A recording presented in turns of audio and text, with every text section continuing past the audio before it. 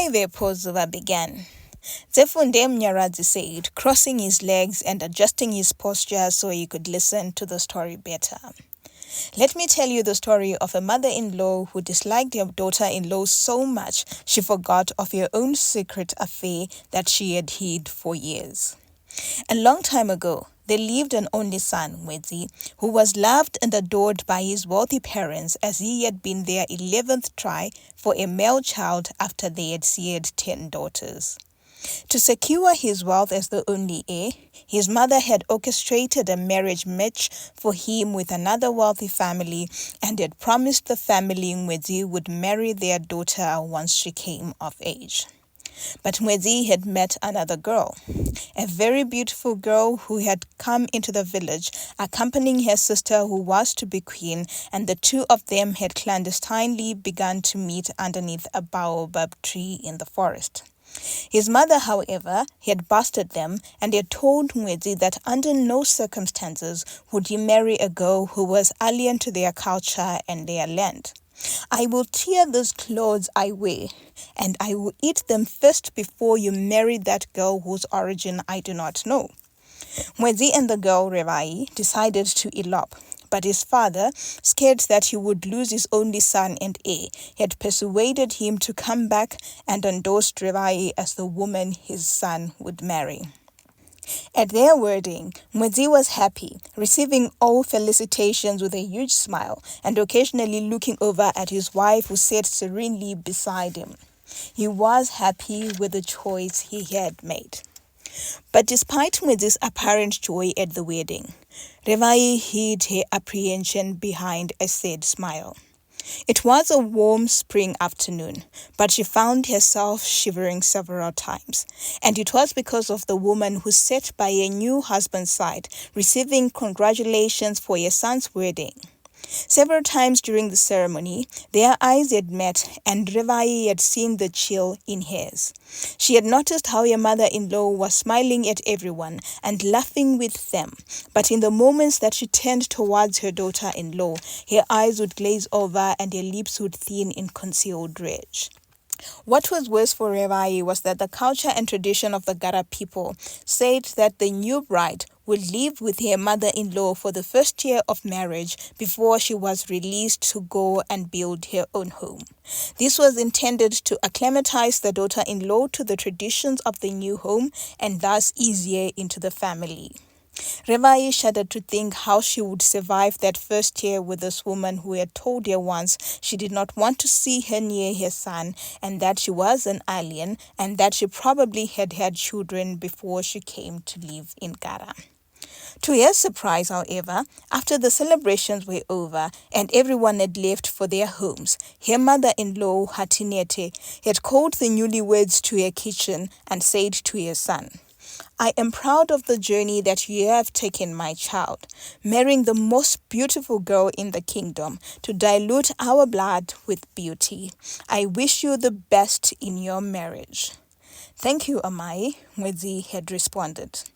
Then to Revai she said, smiling tightly, "Welcome to the Vapumi family," and Revai nodded.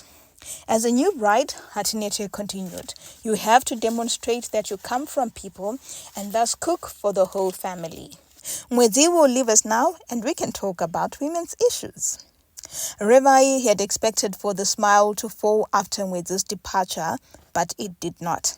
Hatinete showed her the food she would have to cook for supper and the pots and utensils to use. "You will need to cook for about 80 people who have remained in the compound and will start leaving for their homes tomorrow." 80? Revai wanted to ask, but Hatinete was looking intently at her, so she nodded.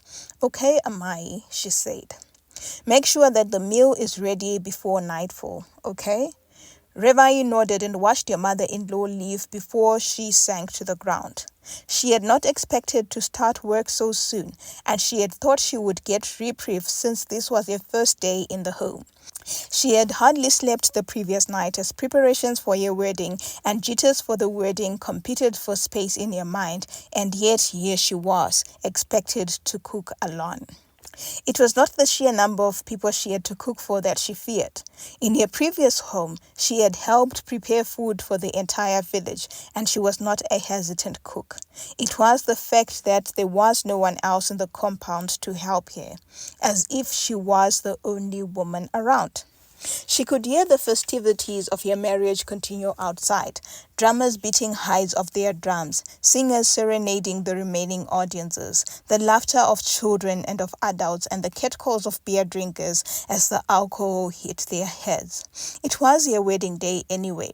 She should be the one outside, laughing, dancing, singing, but here she was, and her mother-in-law had told her it was tradition for the new bride to cook for the first meal. So she arose anyway and assembled her firewood so she would start a fire. She went outside to get hot embers and smaller twigs to help the fire roll along, and only once back in the kitchen, as she tried to ignite the fire, did she realize that the firewood was wet. She lifted one log, and a tiny stream of water ran through it, and she knew exactly what had happened. Her mother-in-law. She ran outside to the mound of firewood that rested against a shed, and the logs were all wet. Despairing, she wondered what to do next. She scratched her head for a while, knowing that if she failed to produce the meal on time, everyone would look at her suspiciously. For what kind of woman and wife would she be if she couldn't cook a meal? Then an idea struck her. She had to send a message to her aide, the aide who had accompanied her around when she was still living in the royal palace. "Tell the aide that I need some firewood," she told the young boy who had been playing around the homestead. "I need it quick, fast." Alone in the kitchen, waiting, biting her fingers, she could not summon the energy to prepare the meat or the vegetables, and when half an hour later the aide had arrived with a cartload of firewood and asked why the wood in the homestead was wet when it was the dry season, Revai had told him, "I don't care anymore, as long as I have fire to start preparing the meal with. Thank you, you have saved me." And when she had finally saved the meal, she was exhausted but proud. Hatinete was beaming at her as she knelt before her, handing a plate of food, further confusing Revai. "This is my daughter," Hatinete was saying, "and I am supremely proud of her." But later, as an exhausted Revai sat down beside her husband to join in the meal, her eyes had met Hatinete's, and Revai was sure that the coldness she had seen pass through her mother-in-law's face had not been her imagination. It had not taken long for Revai to learn that the cliched sentiment she had heard about marriage from the other married women, that marriage was hard, was a true sentiment. It was not that marriage was hard with Mwezi, not at all.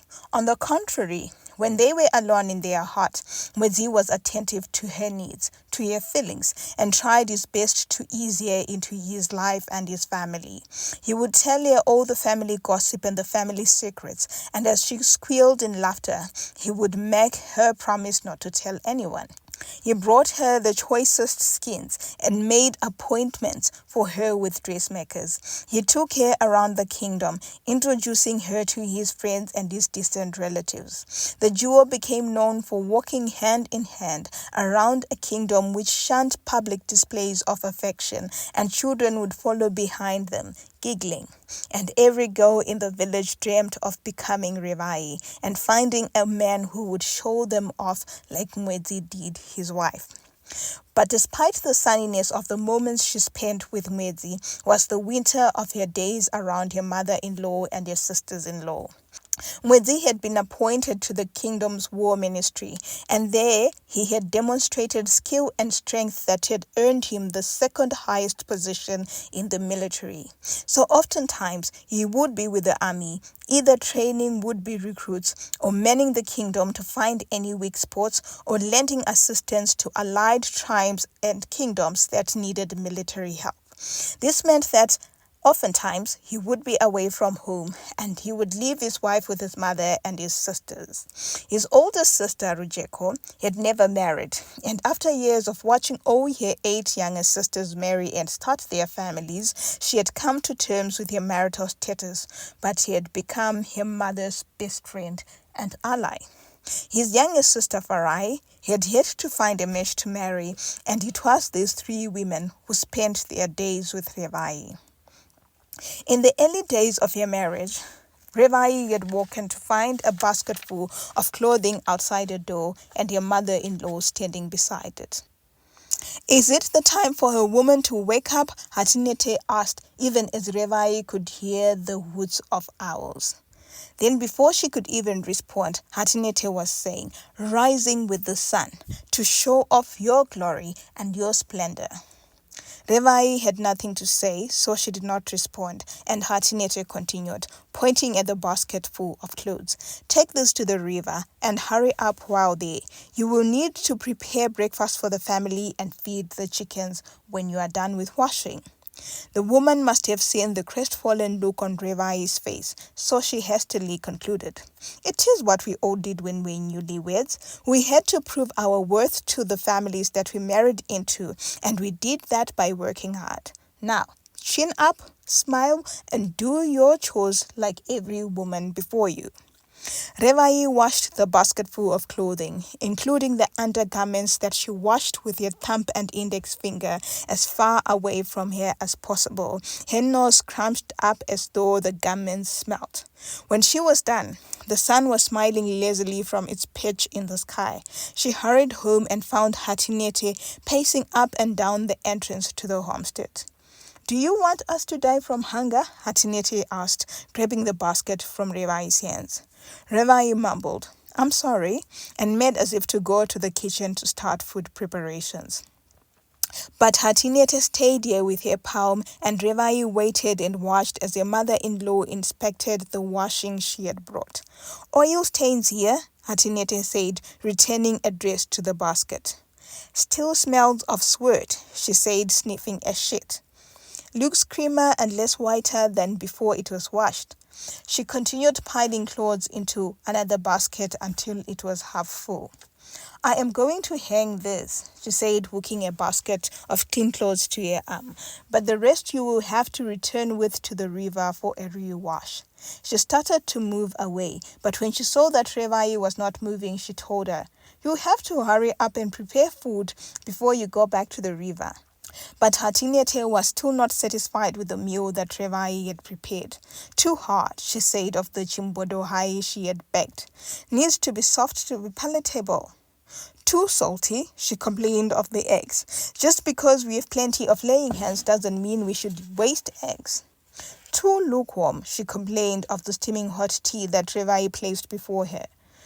For a moment, Revai was tempted to append the table she had set, but in her mind flashed her grandmother's image, and she remembered how her grandmother had always extolled her to be kind and humble at all times, even during trying times.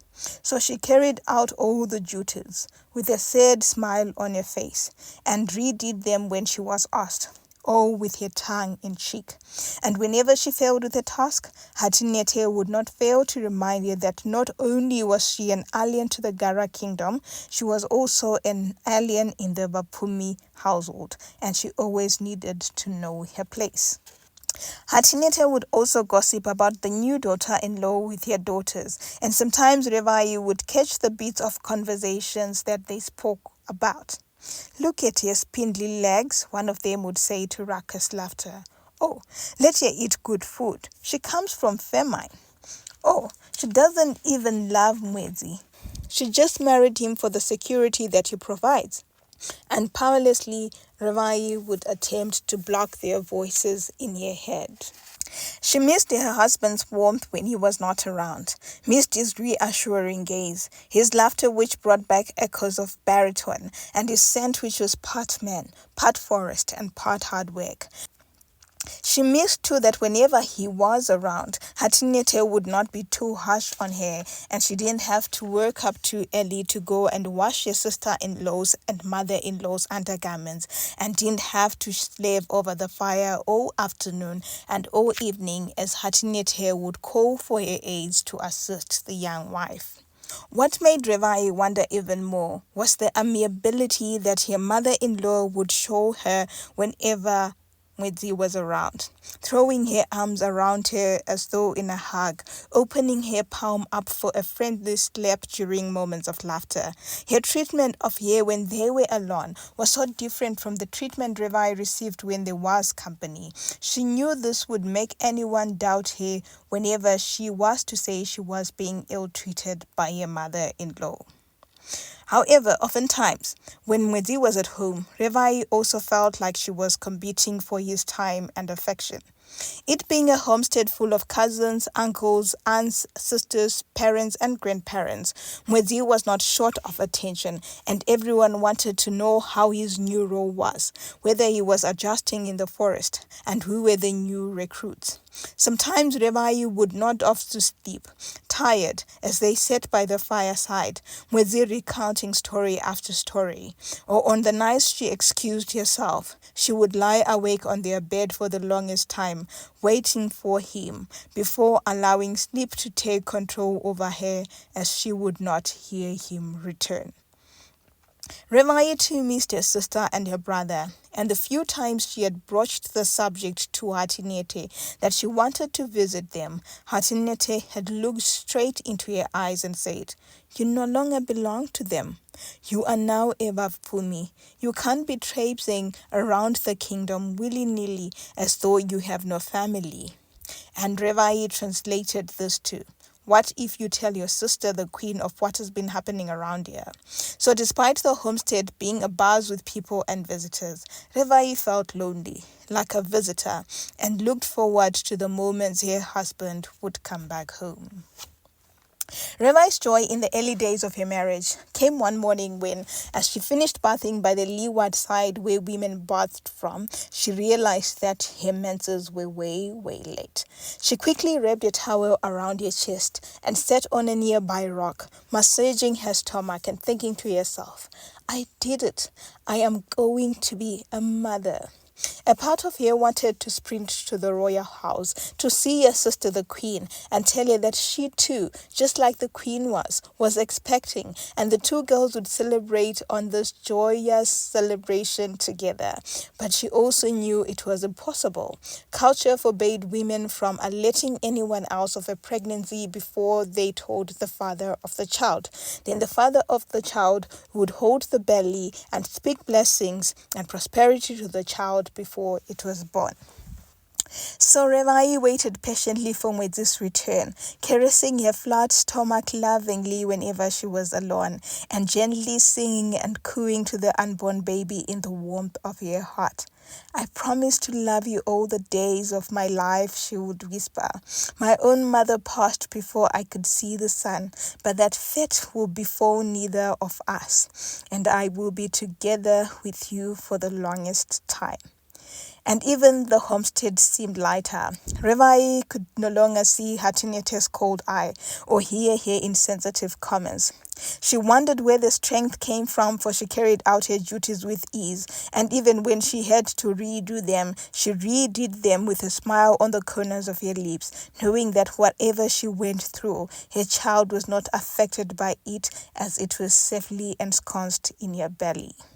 But when Mwezi came back home, it was only for a short period. That afternoon, Revai heard the horn sound as the army entered the village marching. She ran to her hut to change into her best dress and comb her hair. By the time she walked out of her hut to go and wait for her husband by the gate, she found Hatinete already waiting, and by her side, the girl Mwezi had been betrothed to before he eloped with Revai. Revai's heart did a double take, and she made as if to return to her hut, but Hatinete had already spotted her and was beckoning at her to come closer. By the time Mwezi had arrived, Revai's heart had been broken. The welcome she had planned for him turned into a lukewarm hug that he was surprised. But when he looked over at his mother and saw Veneko standing there, his eyes widened further. But Hatinete was already half whispering commands to Revai.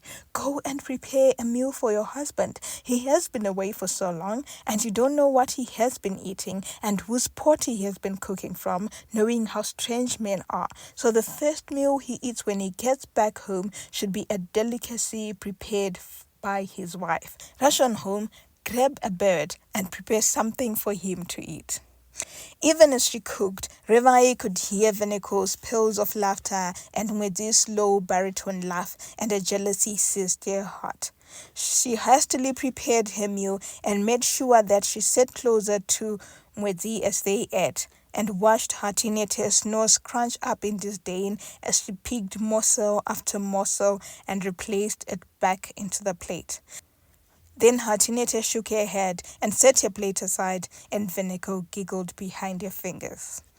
I am happy you are back, Manangu, Hatinete said to Mwezi. I think we should begin some serious discussions. Mwezi nodded as he chewed on a chicken bone. What is bothering you, Amai? He asked. An air, she said, and he choked. Revai tried all she could not to roll her eyes. But we have been married for 3 months, Amai, Mwezi said. And that is a long time for someone in the army, Hatinete responded. Who knows if you won't come back from the next time you are on a mission? But if you have an heir, we will be able to mourn you, for we know that there is someone to take after your name. Mwezi grunted, then said, Amai, I didn't know you were already preparing for my funeral. Hatinete shook her head. I didn't say that you are going to pass away soon. I am just saying that suppose the eventuality arises. There was a pregnant pause as Revai felt like blurting out the heir was coming. Mwezi looked at his mother with amazement, wondering why she was broaching the subject so early, and Veneko shifted her body nervously. Your father and I have decided that it is time for you to marry a second wife, so that should your wife fail to have a child, you will be having an alternative. Both Mwezi and Revai gaped at Hatinete in shock, but Hatinete was continuing. I have spoken to Veneko's parents, and they have agreed for us, the Wapumis, to continue on the basis of our earlier agreement and have you take Veneko as the second wife. Revai gasped, an invisible knife hitting the tenderest spot of her heart. Mwezi was half laughing humorlessly and half shaking his head. Veneko was looking at the ground, kicking an invisible stone with her foot. What do you say, Mwezi Mwanangu? But Mwezi did not get to answer because the war horn sounded frantically 4 times, and he had not finished tying his shoes when the military messenger ran into the compound, out of breath. War, he gasped. Disturbance by the northern boundary commander. Hurry. Hastily, Mwezi kissed Revai on her cheek and forehead, whispered, Take care, before slinging his quiver of arrows onto his shoulder and waving to his mother, and with a smell of dust vanishing into the air. See, Hatinete said as the dust began to settle. He needs an heir, and quick too. Alone in her heart, Revai tried as hard as she could to stem the tears before they could fall, not wanting to distress her baby. The next day she woke up with a serious craving for mushroom, and no matter what she did around the homestead, all she could imagine were the earthly sense of the fungi and the firmness and softness of the mushroom in her mouth. She knew she could not leave to go into the forest while Hatinete was around, because the hawk-eyed woman would see her and find another task for her to do. So she waited, biding her time. She knew that Hatinete always left the village in the mid-mornings on the day of Chisi, going into the village to see and socialize with her wealthy friends. So after breakfast, Hatinete had gone out to see her friends as always. She had changed into a long dress embroidered with little green, red, and yellow gemstones, and Revai had been tempted to compliment her mother-in-law, but she held her tongue. She waited until an ample time had passed and Hatinete had not returned before sneaking out. She did not want the risk of her mother-in-law returning and finding her home, because the last thing she wanted was another altercation with her. In fact, after the second marriage stunt she had put the previous day, Revai did not feel as though she was up to it to face her mother-in-law at all.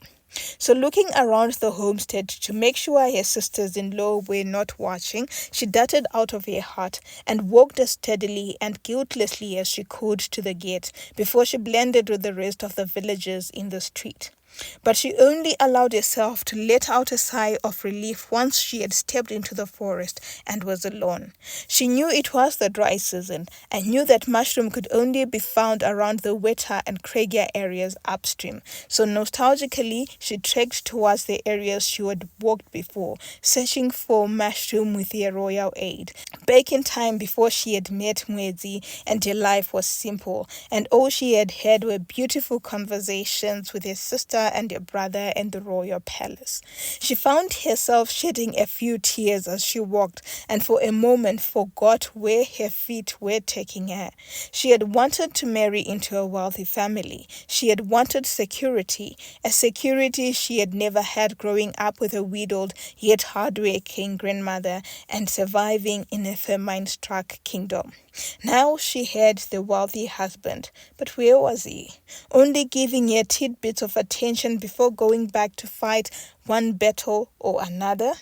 And a stomach which still churned with fear whenever she heard or saw her mother-in-law close by, despite it being full. She walked, allowing the tears to flow freely, looking to purge herself of all the sadness and all the bad emotions in her heart, a sadness she was bearing alone. She was so consumed by her thoughts that she did not realize when she walked straight out of the forest and onto the riverbank. Only as the canopy of trees vanished and the sounds of rushing water whooshed into her ears did she realize where she was. She sighed, brushed her tears away, and looked for a cove where she could find mushroom. But then her eyes saw two figures huddled together, sitting on a rock a short distance away from her. Revai blinked as she recognized the colors on the woman's dress. It was Hatinete, and she was talking with a strange man, their faces so close together and their backs to Revai. It was such an intimate moment that Revai felt for a moment like a disturbance. Quietly and thankful to the sound of the rushing water which muffled their steps, she backtracked into the forest and found a tree which she hid behind to watch the scene before her. The two talked like lovers, looking into each other's eyes as they spoke, and from her hiding spot, Revai could see Hatinete's face clearly.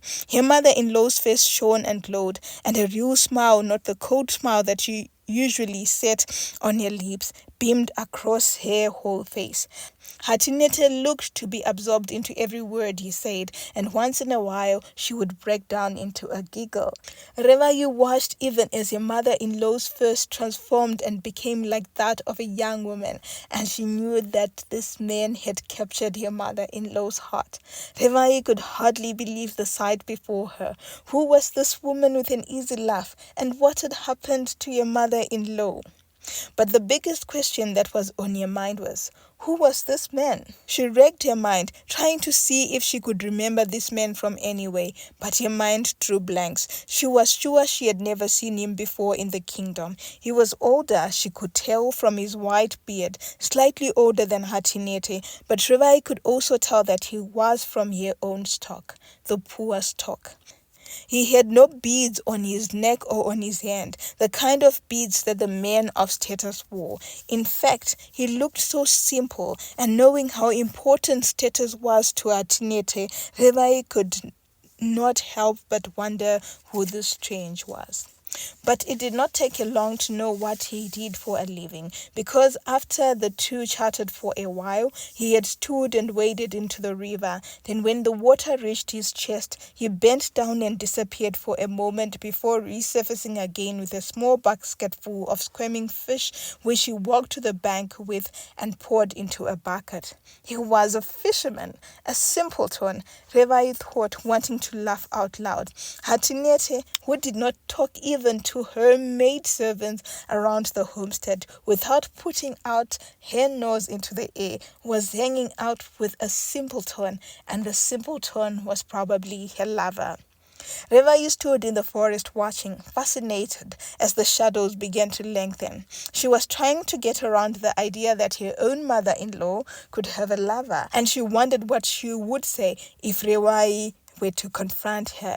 She watched as towards sunset the two lovers rose and gave each other one long final embrace, and then walked into the forest using another path. Quickly, Revai darted into the cove, grabbed a few mushrooms, and giddy with joy rushed back home, arriving a few minutes before Hatinete arrived. But Hatinete's call was already on her face as she entered the homestead gate, calling on a maidservant to sweep the ash off a door and on someone else to make sure that all the goats had been penned in. Revai was fascinated at how easily her expression had changed from a smiling, giggly girl to a strict and somewhat callous household owner. She knew it would be imprudent to laugh, but no matter what Hatinete did or said that night, Revai found it difficult not to laugh. Her mother-in-law had a secret lover. In the ensuing weeks, whenever Revai had an altercation with Hatinete, she did not take it seriously as she had done before. There was some pity in her as she wondered what her mother-in-law's story was. And every chisi, after Hatinete had left, Revai would sneak out too and go to the craggy upside river where no other person came, and in the shadows of the trees she would watch the two lovers, their heads almost touching, whispering and giggling to each other like two teenagers. Hatinete's ever-permanent frown would be replaced by a smile, and in those moments her face became unlined, and Revai understood. She understood the joy of being with her lover, even for a few moments, remembering how she too had relished on the stolen moments with Mwezi. While in her heart of hearts, Revai wanted to confront her mother-in-law as she came from a rendezvous with her lover. She knew too it would be improper.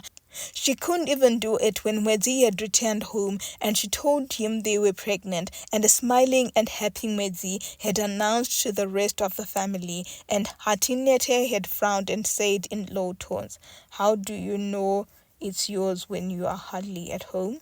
Revai was tempted to say, "You should know since you have a lover and your children might not be your husband's." But she bit her tongue and graciously accepted the felicitations and the good wishes for her son from the rest of the family. Revai would have kept the secret of the affair for the longest time had Hatinete relented with his chores as Revai's pregnancy progressed.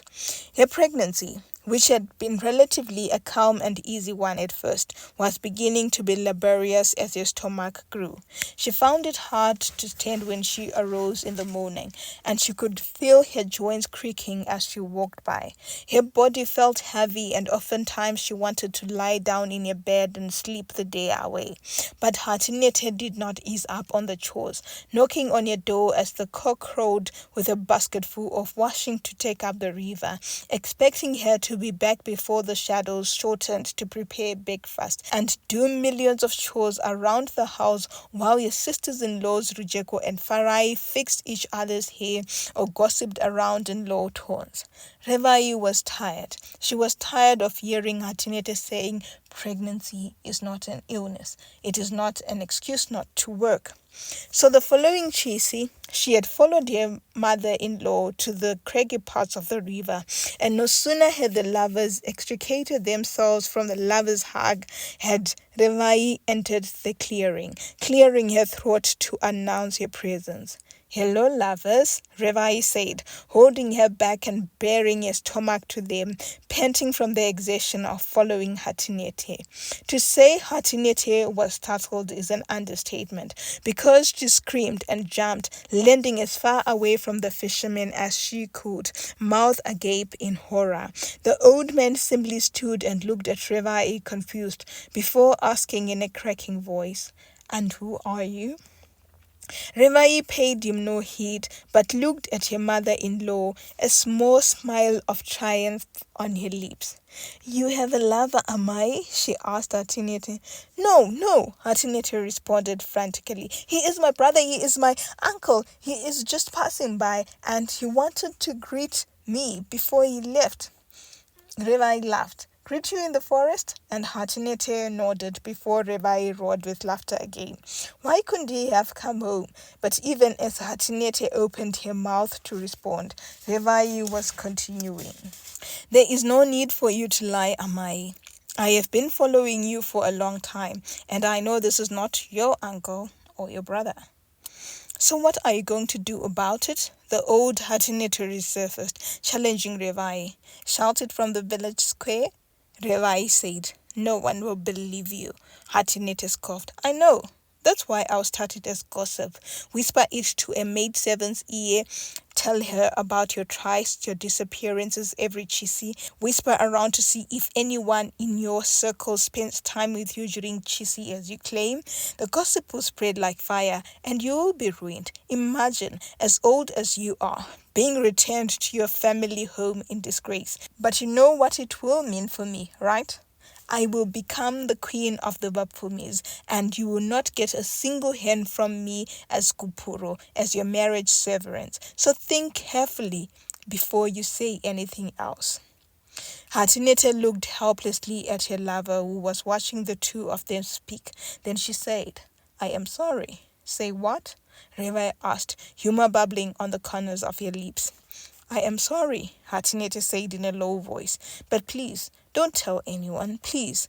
I promise to be a better mother-in-law to you from now on. I will treat you like my daughters. I will extol Mwezi to never marry another woman for as long as I shall live. Please, forgive me." Revai was shaking her head. "So you have been away all this time that you have been ill-treating me, and you have been doing it deliberately?" Revai was turning to go back home, wondering what she would do with this information, as ruinous as it was, and knowing too she couldn't say anything because it would not mean anything to her to see another woman crying. But Hatinete was speaking, and Revai turned to look at her. "Revai Manaku, you two have been in love. You know what it is to love someone, especially when you can't be together. Hoveye was my first love, but he was just a poor fisherman, and my parents wanted a better match for me. So I settled with the Bapfumis. I do not hate your father-in-law. No, he has given me children. He has given me respectability. But when I saw Hove again some years ago after his wife passed, the old love was rekindled. I know it's wrong, but the few moments that I spend to him are a balm to my soul, and they help me keep going. You know your father-in-law. You know he is old and frail now. You know that he is sick, and I know if he hears anything like this, he will keel over and die, Revai. The family will be disgraced. The child you carry in your womb will be questioned, and your husband. Revai, what do you think hearing this will mean to him? Please, my daughter, please spare me. Forgive me. Do not tell anyone." Revai looked at her mother-in-law. She was torn. She sighed. Then she shook her head. The end. "Huh?" Nyeraze asked. "But what happened next? Did Revai tell anyone about it? Please tell me more." Zuva laughed. "It's getting late, Munya. You have to run on home now. I will tell you more next time." The real end. Thank you for watching. Don't forget to subscribe, like, share, and comment with what you think will happen to Hatinete and Revai. See you the next time. Bye. Love you.